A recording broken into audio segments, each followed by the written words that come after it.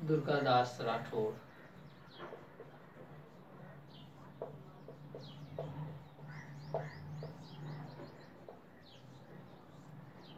उस समय मारवाड़, जिसको जोधपुर कहा जाता है, जोधपुर का शासक था जोधपुर का शासक था जसवंत सिंह। ठीक है ना। जोधपुर के दरबार में मंत्री हुआ करते थे, उसका नाम था आस्करण जी। आस्करण जी। जब मूणक नैण सिंह,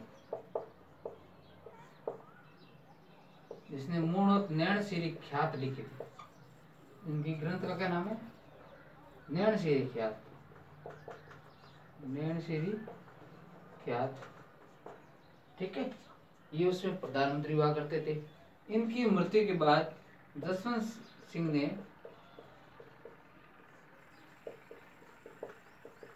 ने आस्करण जी को प्रधानमंत्री बनाया। ठीक है। आस्करण जी क्या है? जोधपुर के प्रधानमंत्री। अब आस्करण जी के 3 संतान थे। इस आस्करण जी के 3 संतान थे। 2 संतान अपने पास थी, 1 संतान अपने गांव थी, और उसका गांव वैसे सालवा, इनके गांव क्लास 12 में लिखा हुआ है। ठीक है ना। जबकि इनको कन्नाना भी बोलते हैं। वहां अपनी पत्नी के साथ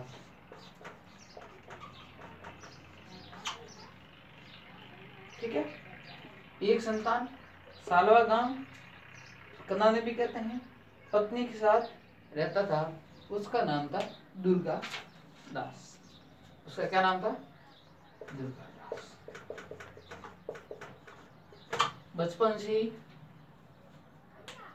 एकदम हटीले और किसी का कहना नहीं मानने वाले। इस वजह से जसवंत सिंह के दरबार में आस्करण जी अपने पुत्र और पत्नी को कभी नहीं ले जाया करते थे। ये दोनों गांव में ही रहते थे। इनका जन्म हुआ 1638 ईस्वी। ठीक है। सालवा गांव में हुआ। इनके जीवन में जो परिवर्तन आता है वो आता है 17 वर्ष की आयु में। कब आता है?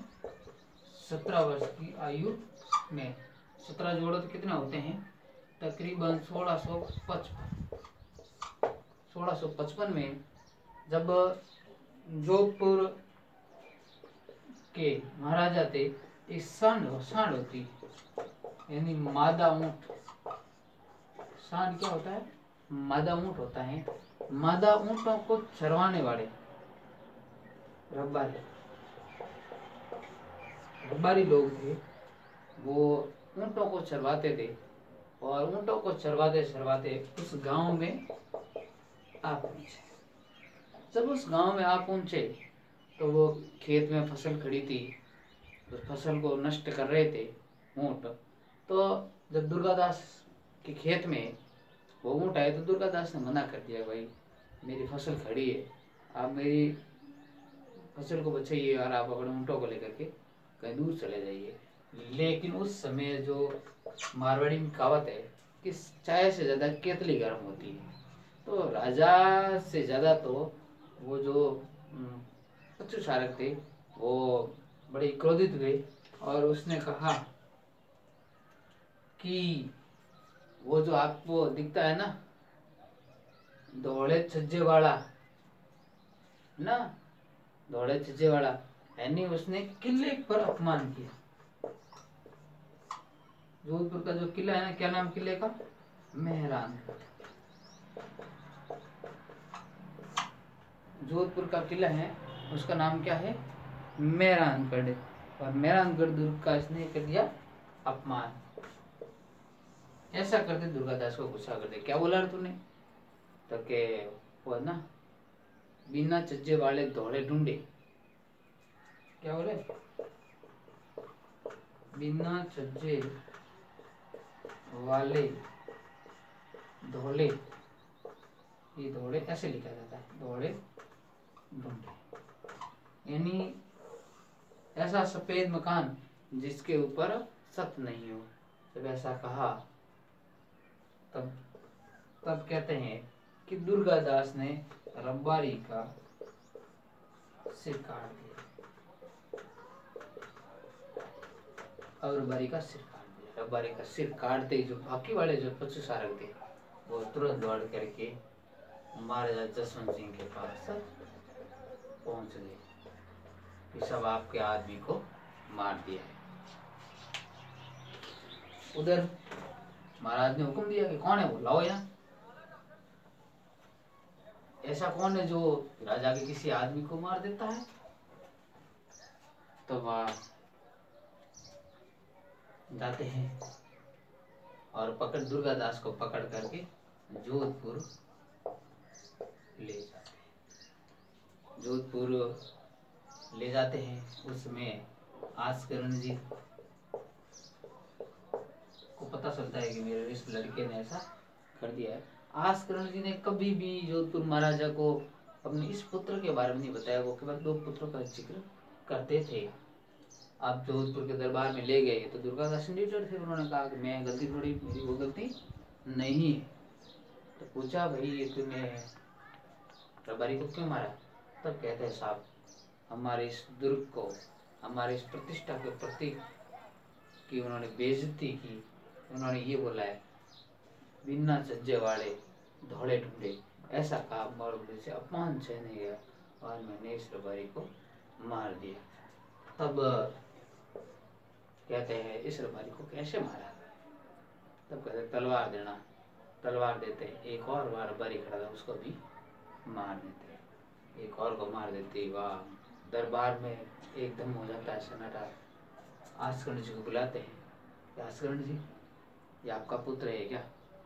आस्करण जी मना कर देंगे मेरा पुत्र ये नहीं है। तो क्यों? आस्करण जी ना कपूत होता है ना, कपूत पुत्र नहीं होता है। आस्करण जी ने कहा ये कपूत है और कपूत पुत्र नहीं होता है। तब जसवंत सिंह जी कहते हैं नहीं ऐसी कोई बात नहीं है, ये कपूत नहीं है सपूत है। ये कभी कभी जो है ना डगमगाते जोधपुर को बचाएगा, ये जोधपुर को बचाएगा। कहा साहब ऐसा कुछ नहीं है, ये बहुत ही शक्तिमान आदमी है और ऐसे आदमी की यहाँ जरूरत है और ये डगमगाते जोधपुर को बचाएगा। इस वजह से इस आदमी को अपने यहीं रहना है, रोक लो यहीं रख लो। फिर वो धर्मत का युद्ध, धर्मत के युद्ध में जसवंत सिंह जी औरंगजेब के लिए सेना लेकर गए थे। उसमें दुर्गादास राठौर साथ में गए थे। उसके बाद अब जैसे जैसे बड़े होते गए, लगभग 30 वर्ष के होने जा रहे थे, उस समय दुर्गादास राठौर को 5 गांवों की जागीर दे दी, जहाँ की इनकम थी 12,000। ठीक है, वो 5 गांव कौन से थे? एक पहला था समदली, दूसरी थी अंबा कावाड़ा, ठीक है ना, तीसरी थी जालिसा, चौथी थी झांवर और 5वीं थी कोटड़ी। ये गांव दुर्गादास को दे दिए, ये गांव दुर्गादास को दे दिए। और अब दुर्गादास राठौर जोधपुर की सेना में काम करने लगे। और उस समय दिल्ली का जो राजा था, दिल्ली का बादशाह था, उसका नाम था औरंगजेब। कौन था? औरंगजेब था। और औरंगजेब कट्टर मुसलमान था।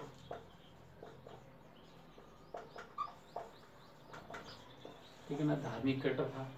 उधर जसवंत सिंह जी और इनकी बनती कम थी। इस वजह से 1678 में इनको नियुक्त कर दिया अफगानिस्तान के जमरूद में। ये अफगानिस्तान में एक स्थान है जमरूद में, वहां पर इनको नियुक्त कर दिया। कहते हैं कि वहां जमरूद में इनकी मौत हो गई। जब महाराज जसवंत सिंह की मौत का समाचार सुनते ही, ठीक है ना, महाराज की मौत का समाचार सुनते ही इनके मुंह से शब्द निकल दिया, दरवाजा एक कुफ्र शिकस्त,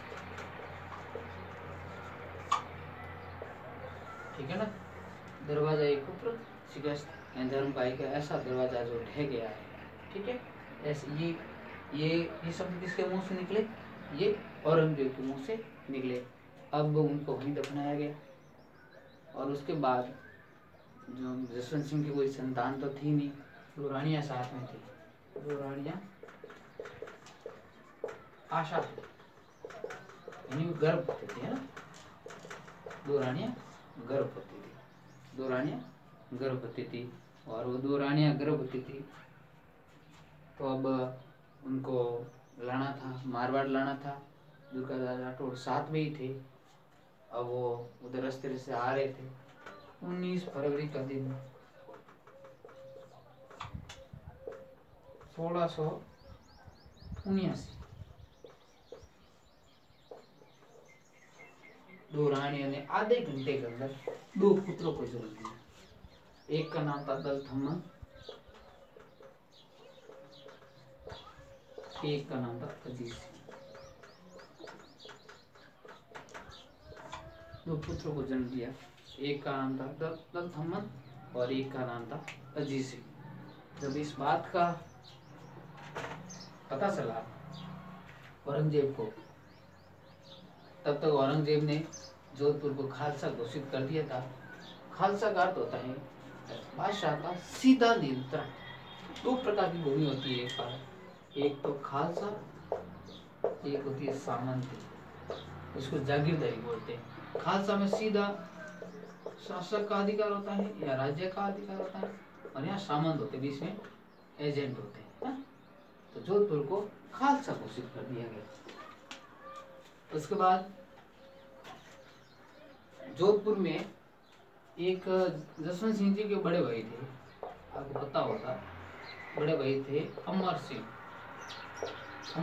राठौड़। अमर सिंह राठौड़ हैं वो औरंगजेब के पास चले गए थे, नागपुर से बाहर उपस्थित हुए थे। तो उनका पुत्र था इंद्र सिंह को जून 1679 को जोधपुर का राजा घोषित कर दिया। उधर जोधपुर भी ये हो गया, और जोधपुर का राजा है वो घोषित कर दिया है। उधर वो रानियों को लेकर के आ रहे हैं। इस बात का पता चला तो उन्होंने कहा पहले दिल्ली ले आओ। दिल्ली में इनको रखा गया रूप सिंह की हवेली में। इन रानियों को रूप सिंह की हवेली में रखा गया। उसके बाद रूप सिंह की हवेली, अब वहाँ पर ये जोधपुर के जितने भी थे लोग थे वो रानियों के साथ वहाँ थे। अब वहाँ पर दुर्गादास राठौड़ ने प्लान बनाया कि किसी न किसी प्रकार से यहाँ से निकलकर जोधपुर निकलना है। इस बात का संदेह लगा औरंगजेब को। तो औरंगजेब ने कहा कि नूरगढ़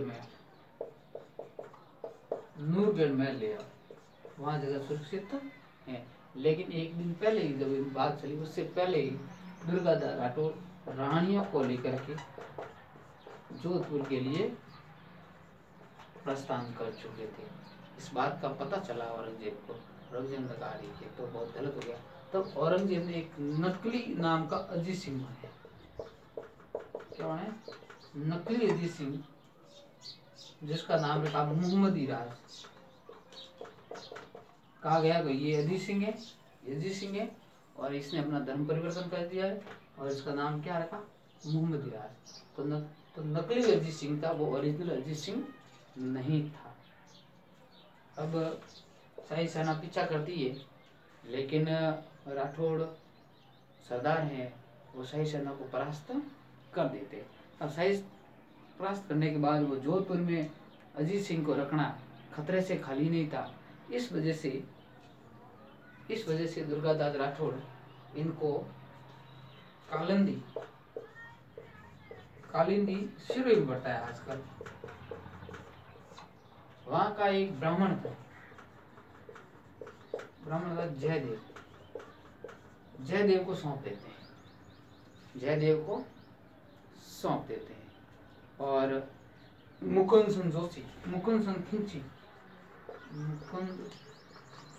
चंद खिंची वो कहते हैं कि आप निगरानी करना। और जयसन और ये जयदेव ब्राह्मण है, इन्होंने अजीत सिंह की परवरिश की शुरुआत में।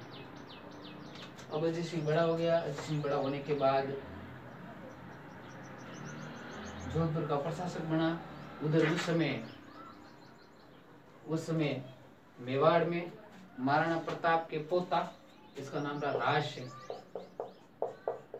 महाराणा प्रताप का पुत्र अमर सिंह का पुत्र राज सिंह राज कर रहे थे। उधर वो राज सिंह से दुर्गादास मिलते हैं, ठीक है, दुर्गादास मिलते हैं और ये दोनों बनाते हैं राठौड़ सिसोदिया गठबंधन। दोनों एक हो जाते हैं, राठौड़ और सिसोदिया दोनों एक हो जाते हैं और वो मुगलों के खिलाफ कार्रवाई करते हैं। अब एक कूटनीति भी था दुर्गादास राठौड़। उसने औरंगजेब के पुत्र को बहलाया फुसलाया। उस पुत्र का नाम था अकबर सेकंड। उसको अपनी ओर मिला दिया और जब पुत्र को अपनी ओर मिला दिया और उसके बाद इसने अपने आप को शासक घोषित कर दिया। नागौर में अपने आप को शासक घोषित कर दिया। किसने? अकबर सेकंड ने। उसके बाद ये इनकी सेवा में रहा। इसके अलावा एक और कूटनीति थी इसकी। इनके पुत्र थे, एक तो था सफी और एक का नाम था बुलंद अख्तर। कहा जाता है कि सफीनानीसी और बुलंद अख्तर ये औरंगजेब के पुत्र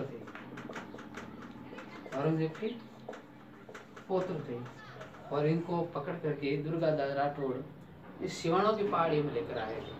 सिवाना बाड़मेर में पड़ता है। सिवाना की पहाड़ियों में का गांव एक पीपलून ले आए थे। कहते थे इनको नजरबंद रखा था और किसी को पता तक नहीं चला कि ये बादशाह के पुत्र है। लेकिन दुर्गादास राठौड़ ने इनके धर्म के साथ कोई छेड़छाड़ नहीं की, इनका धर्म परिवर्तन नहीं करवाया। ठीक है, धर्म परिवर्तन नहीं करवाया। उधर राजगद्दी पर बैठने के बाद जोधपुर में अब अन्य सरदारों की चलने लगी।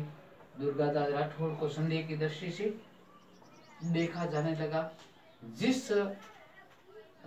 जिस अजीत सिंह को दुर्गादास राठौड़ की वजह से जोधपुर प्राप्त हुआ था, अब वो अजीत सिंह दुर्गादास राठौड़ को संदेह की दृष्टि से देखने लगा। तब इनको कर दिया निर्वासित करके ये चले गए दक्षिणी भारत। 17-18 1 नवंबर 17-18 के दिन इनकी शिप्रा नदी के किनारे मौत हो गई और वहीं इसका अंतिम संस्कार कर दिया गया।